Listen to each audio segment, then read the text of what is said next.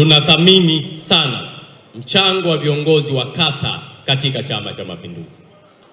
Viongozi wa kata na jumuiya zake mmefanya kazi kubwa, na mabalozi, Mungu awabariki sana.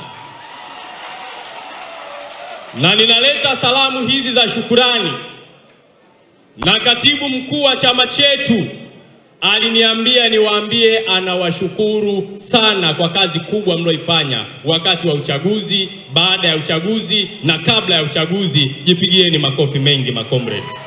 Na baadhi ya watu kwenye mitandao ya kijamii, kazi yao tangu asubuhi mpaka jioni ni kuandika uchochezi, ni kuhamasisha vurugu, mpaka unajiuliza huyu mtu anafanya kazi gani ya kula hata chakula?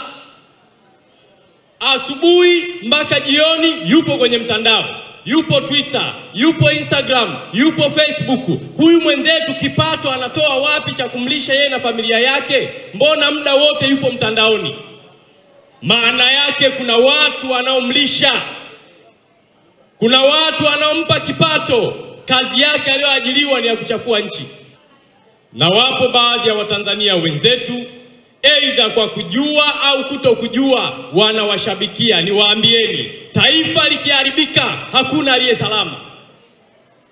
Wewe unayeshabikia utaumia, anayehamasisha yuko nje ya nchi na familia yake na watoto wake. Akili ya kuambiwa,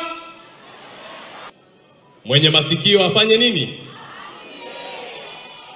Hatuna sababu ya kuogopa mitandao. Na nikuombe mwenyekiti wa vijana wadau, nafanya kazi nzuri.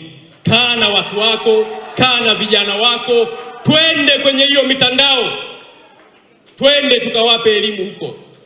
Viongozi wako hapa, Baba Kaila, yupo Mlaki, wapo wabunge wa serikali, twende. Viongozi wa kata, wa matawi na mashina, twende huko kwenye mitandao. Hapa niliwaambia mwanzo, kila mmoja awashe simu yake. Wote mkawasha, uongo kweli? Maana yake ndani ya huu ukumbi, nyie wote mlioko hapa mna smartphone, uongo kweli? Hivi sisi leo tukiamua kwa wingi wetu huu tukaingia huko kwenye mitandao, kuna mtu anatushinda?